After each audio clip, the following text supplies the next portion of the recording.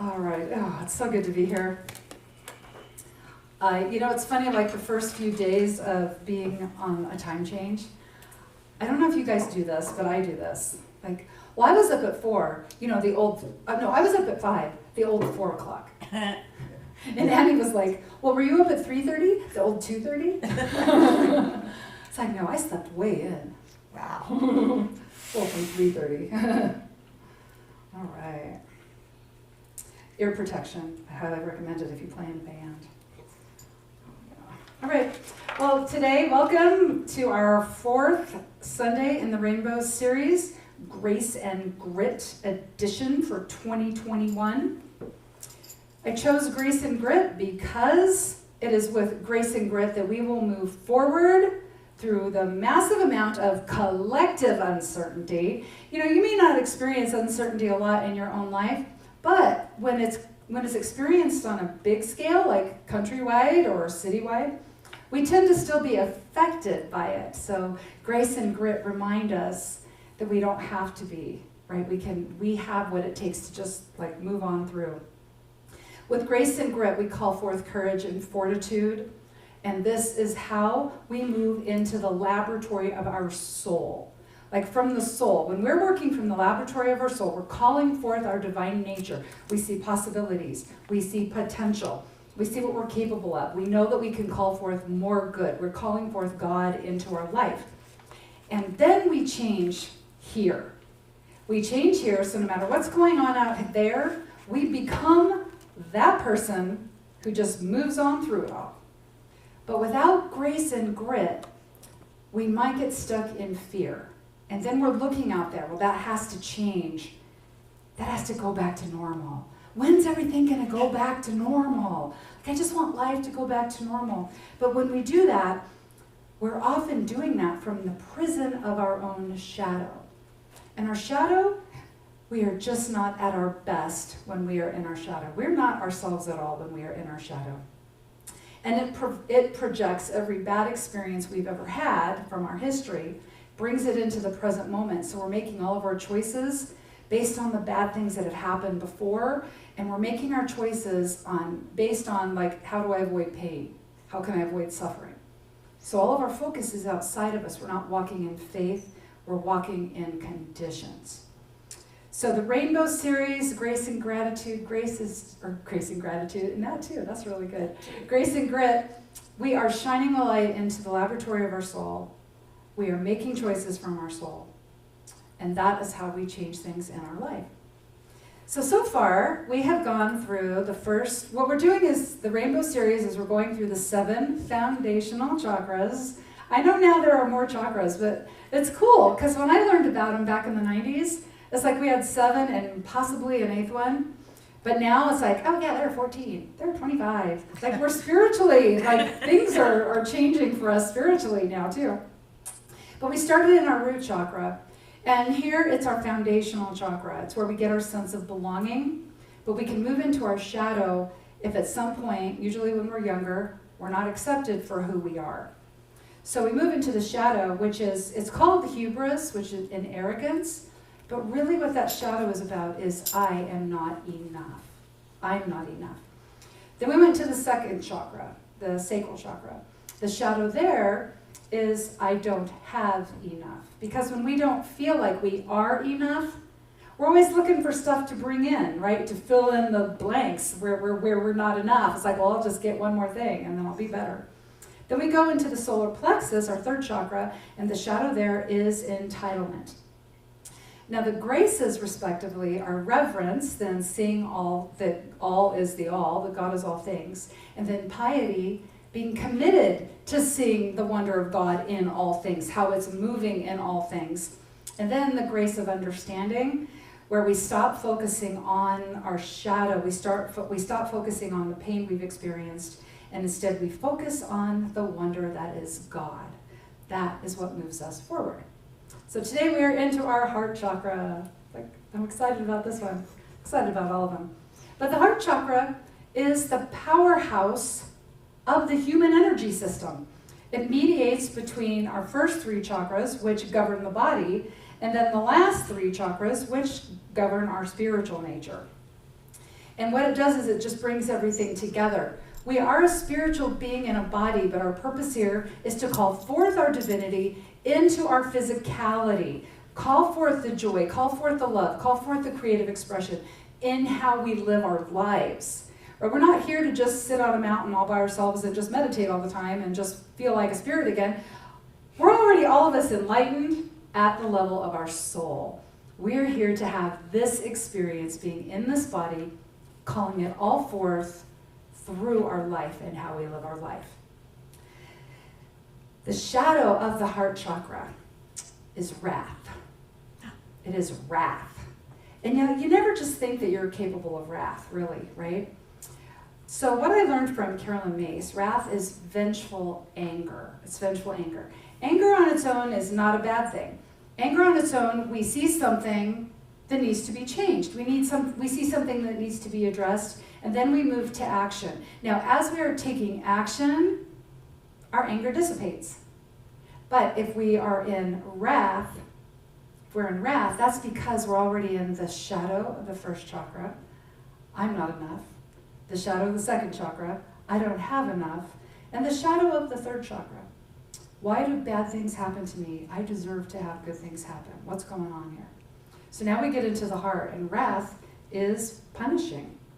We want to punish what it is that hurt us. We want to punish whoever disrespected us. Punishment. And so we're not able to just move to make things right. If we're in wrath, we want to just keep punishing. Just keep punishing.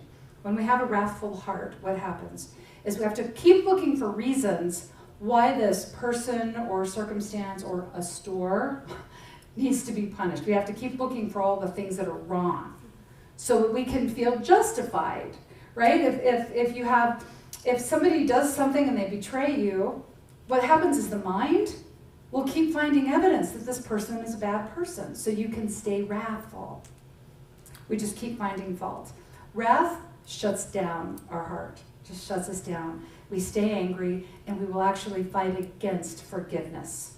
We'll fight against compassion. So I had my own little experience of wrath this week. Oh. And it happened to do with a store, a little drugstore. And I won't go into the whole story because that will bump this to a 40-minute talk today. But needless to say, I was getting a prescription filled for somebody, and I ended up at the store 3 times because they could not figure out what was going on. They were like, well, this is what happened. I'm like, I don't have this. It's not there. And every time I go back, like, first of all, I went through the drive-thru, right? But then I'm in line waiting and waiting and waiting, and then only when I'm in the second car and I'm stuck behind somebody do I finally see the sign, COVID testing only. And like, if you're behind a car that's COVID testing, you're there for 15 minutes, okay? And I can't move because there's somebody behind me. So then I go inside, and there's everybody getting in front of me, and there's everybody getting in my way, and nobody is like recognizing how much problems I've had and that I deserve for everybody to just step out of my way, just let me go first, just let me get this taken care of. And so my mind, this store is really sloppy. Like it's cluttered. We are never coming back here again. They don't have good customer service. They're not willing to just fill this prescription. And they don't understand everything I went through, right? How hard it was. And I got stuck in their line because they didn't have a good sign. I kept finding more and more and more. Are we going to punish the store by taking all of our business someplace else? See how irrational that is, right? But that's where we are when we are in wrath. Wrath. Of course, I got it all squared away, and it was all my fault. And I called, and I apologized. I wasn't mean or anything, but they were going to like go to a lot of trouble to get this prescription filled, and I had to call them. But see, it started with they're not listening to me, and they're blaming me, and this is my fault. And they don't understand how disrespected and unheard I feel right now. And then it went right there. I'm not going to let this go. I will never come back here again. Never come back here again. In the heart, we can't let that go when we're in wrath. We're in wrath. We can't let stuff go. Now, because the heart chakra mediates between all the chakras, if we're in our shadow in the first 3 chakras, it pours forth through our heart chakra shadow. Right, so that I'm not enough, I don't have enough, the entitlement, it joins wrath. It joins wrath. at that point, when we are in wrath, we can only love the people that are really, really easy to love. We cannot love, like, if it takes effort. So that's basically what? Puppies, kittens, babies. All right. Now also, when we are in the shadow of wrath, the creation of our experience slows way down. Because wrath eats at our faith, it eats at our intuition. So we don't, all of a sudden it's like things are really slowing down for us. We can't be in wrath and walk in faith at the same time. We're in one or the other. And so what happens is that maybe we're trying to work out something, we're trying to create an experience, but then it's like, well, why isn't this working for me? Why did somebody else do this? And things fell into place for them so quickly and easily. But why not me? Why aren't things working out for me? Why is it like, don't I deserve good? Is the universe against me right now? Like, I really, really struggled. I deserve a break. There's the entitlement coming through, right? So we go into punishment. Now, I can't tell you how many times I've heard this one after a breakup. Somebody's broken up with someone. I will never love again. I will never trust my heart. I will never trust my heart. And actually, our heart is a very steady, wise place to make decisions from. It's our emotions that are all over the place. Okay, not the heart itself. Now, when we're going to punish everybody by never loving again, right? Then we have an excuse. We have an excuse to blame someone or something for why we're not doing the thing we wish we could be doing. Well, if this hadn't happened and that person, and like they did this thing, when we can't forgive something and let it go, we have a great, justifiable excuse for why we don't have to do a thing. And sometimes the things that other people have done, like I know there have been people who've done things to you that were harsh, a major betrayal, tragic, unjust, unfair.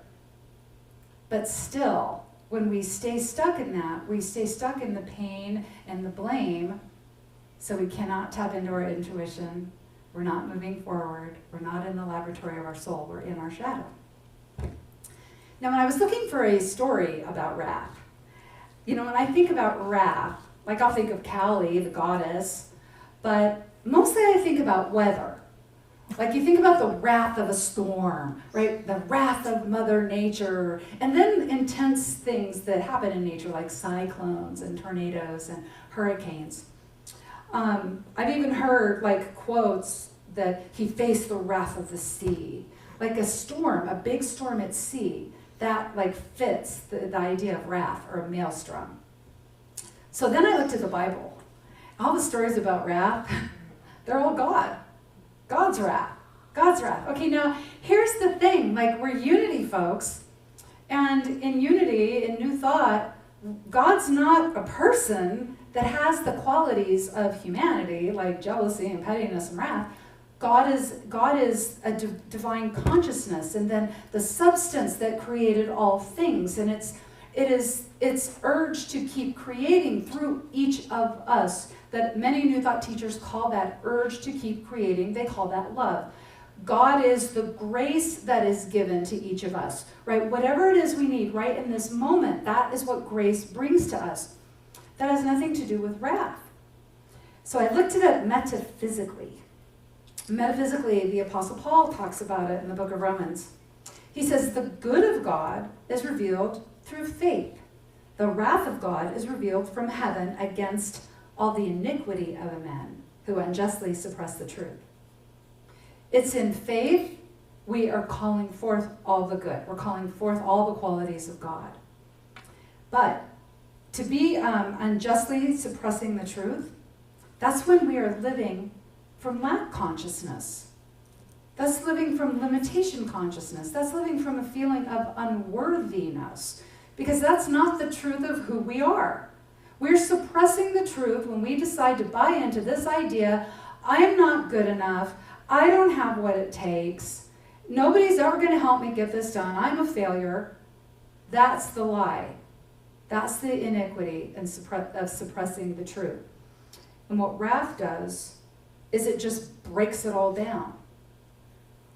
Metaphysically, wrath breaks down all the limitation thinking so we can call forth grace into our life. So there is a story of Paul, and it's kind of funny because I think there's some irony in here, but I'm kind of not clear on irony all the time, so I'll ask you guys what you think. Paul goes to Jerusalem against the advice of the Holy Spirit. The Holy Spirit was like, don't go to Jerusalem, go to this other place instead. Paul's like, I'm going to go to Jerusalem because I got to talk to somebody there, Caesar or something. He goes to Jerusalem and he gets arrested. And then he gets put on a boat with some of the prisoners, right? The Romans capture him. They're all on this boat. They go out to sea. They go to a harbor. Paul has a vision while they're in that harbor. He says, we can't leave here yet. There's a terrible storm. And so if we go out to sea, the ship will be destroyed. I mean, we will be in great peril. So we can't go out there. And some of the Roman guards really actually liked Paul and liked listening to him talk. But ultimately, it was the captain's decision. And like, no, we got to make our time. So they left. They went out to sea, and sure enough, they hit a storm, like a wrath of a storm, right? Just a terrible storm. The storm is pounding the boat, and Paul knows it's going to just be pounded to pieces. But then he has another vision, that they'll be okay if they stick together. So what he tells them is, if you would have listened to me, we wouldn't be in this storm.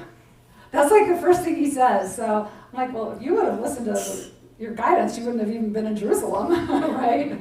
But maybe it was for his, so he could save everybody.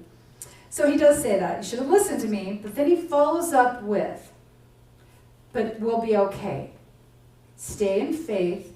If we stay together and we are focused on faith, we focus on God, don't focus on the stuff out here. Just stay focused on God. Stay in prayer. We will be okay. The ship is going to be destroyed, but we will not be lost at sea. We will make it to an island. Everything is going to be okay, but we do have to stick together. And sure enough, that is what happened. The ship was busted apart, but they did end up on an island. But see, what Paul was asking them to do was, instead of focusing on the condition, which if you're in a storm like that, it's going to be really hard to do that. But he says, instead of focusing on the condition, consider the wonders that are God. Now that's what we learned last week with entitlement. That was Job's lesson. Instead of focusing on the problem, consider the wonders that are God. But see, now this is more advanced teaching. Because now this is when we are in the storm. Now sometimes we end up in a storm where we are hanging on for dear life.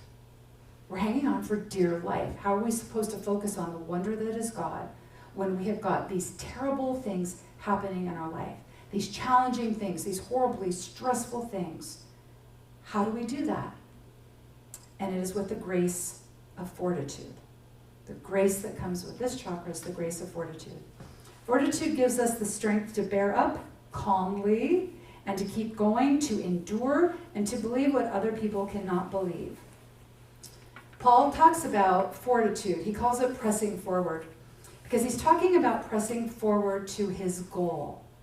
Now, all of us, we've got the same basic soul level goal, and that is to call forth as much divinity, as much light through us and into our life. This is about how we do what we do, right? With our divine nature, calling forth the divine through us. And then we all have like different things we do after that. But the first thing is calling forth our infinite self into this life. Paul says, I haven't reached the goal, but I press on to make it my own because of Christ that works through me, for me, as me. I added that because that's what we say at Unity. He says, I forget what lies behind me, our history. That's what lies behind us. We don't want to keep dwelling on that stuff, right? If we have happy memories, that will empower us. But if we're dwelling in pain and suffering, that disempowers us. We lose vital life force energy when we dwell in the bad memories, in the bad stuff. So Paul says that. I forget what lies behind me. I press forward toward my goal because my prize is the heavenly call of God through me, for me, as me. Now, where wrath justifies our behavior, right? Our behavior of self-pity, of victimization, of vengefulness, wanting to really get some payback. Fortitude moves us into the territory of forgiveness. of forgiveness. Ultimately, our mind is never going to see forgiveness as a fair thing. It's never going to be like, okay, yeah, just forgive. But forgiveness is not about fairness. It's not about getting justice. When we decide we're going to forgive, we decide we're going to stop using something that hurt us as an excuse to not move forward. That's what forgiveness does for us. When we decide to forgive something, we decided that we'd rather press forward, like Paul did. We'd rather press forward and call forth our divine potential, calling forth more good, more beauty, more joy into this life, expressing the fullness of our soul, right here and now. Forgiveness is also the only way we can live our lives in integrity, in congruence with our divine nature. When we need to forgive something, we're pouring energy into that. So we're either sending all our energy into a painful experience, or we are pressing forward, sending our energy to our goals and to our happy outcomes. So when we decide to forgive a certain person or a situation, we call back all of our energy to send it forward into our goals. Also, when we forgive, we clear away unfinished business. Unfinished business can be something we run away from. So we're either running away from unfinished business or we're pressing forward toward our goals, but we can't do both. Can't do both. Fortitude also helps us to follow through on the hard things.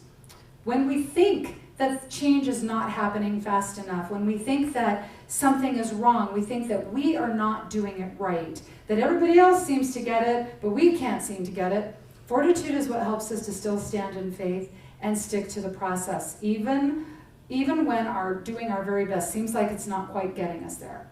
Standing in faith, we keep moving forward.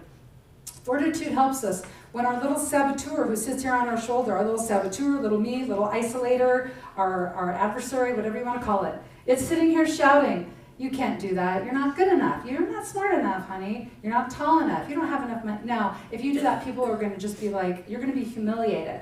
You're going to be humiliated. Just step back, don't even try. When this is shouting, it can be really tempting to be like, oh, you know what? It is awfully loud. Maybe it's my divine guidance. But divine guidance always is pointing us that way.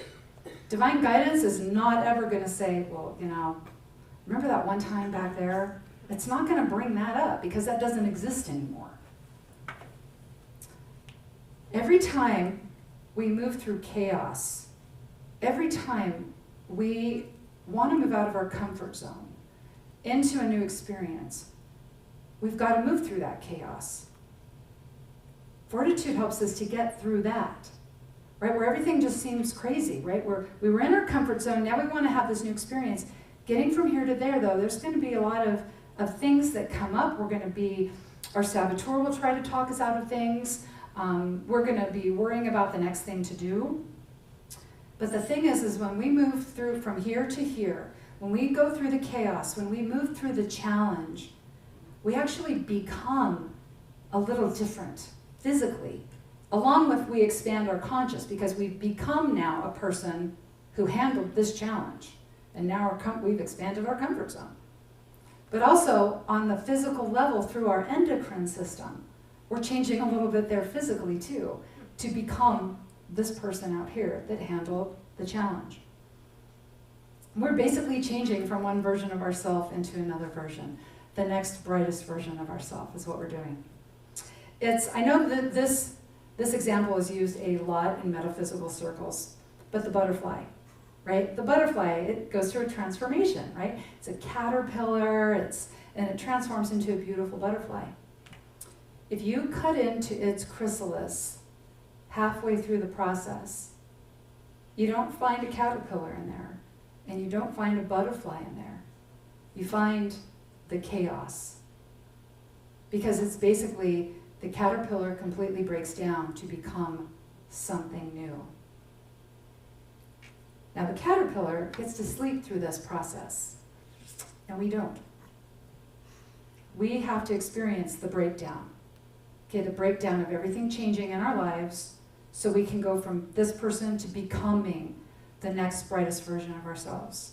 And it is fortitude, the grace of fortitude that keeps us moving forward on that.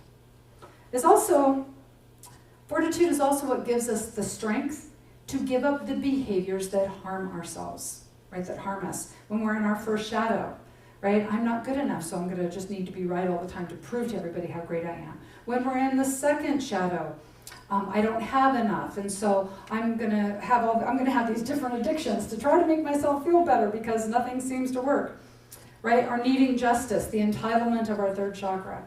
Having fortitude helps us to clear and heal those shadows, because it's a lot of work. Like I'll say it again. I know the territory of the 7 shadows I'll be talking about. I know the territory very well. Not one single time has it been like an easy fix. It's like, I'll just put a little adjustment there. It's not like that. Don Miguel Ruiz Jr., and I believe this is from his book, The Mastery of Self. Like, it's a newer book. He says, you know you have mastered a soul lesson when the circumstance has not changed, but the way you respond has changed. Marcus Aurelius said, what stands in the way becomes the way. The person that we can't forgive, or the situation, or the condition, whatever it is that we have wrath toward, vengeance, we just want to get even. We want to get our justice. That person is the doorway to our transformation. That condition is the doorway to our own transformation. In Unity we say God is all things. God is all things. That means me, and that means everybody else. Every other person. Now, when we can look at every other person, every single person, not just the people we love, but the people who annoy us more than anybody else on this planet, the people who we would really like to send to another planet far, far away, when we can look at them and instead just decide, okay, I'm just going to see the wonder that is God. If we can do that, we become one lit soul. One lit soul. Imagine like what one lit soul can do on this world right now. Right, you see, everything is sacred. Everything is sacred. Everybody is a holy partner on this journey. Everybody. Because remember, like, cosmically, there are so many moving parts. We don't have a clue, because it is so big, how everything works together. So every person we know, and situations and conditions, it's all just part of this holy journey that we're on, this sacred journey. So we see everybody as the wonder that is God. We see them as a sacred, holy partner. That is how we are creating heaven on earth. That is how we are doing this. So until next time, remember, you are the activity of spirit in a body. You are the heart and the hands of spirit in this world. You are a soul designed to do all of this stuff. You are soul designed for growth and goodness in everything you do. You are blessed. And so it is. Amen. So it is.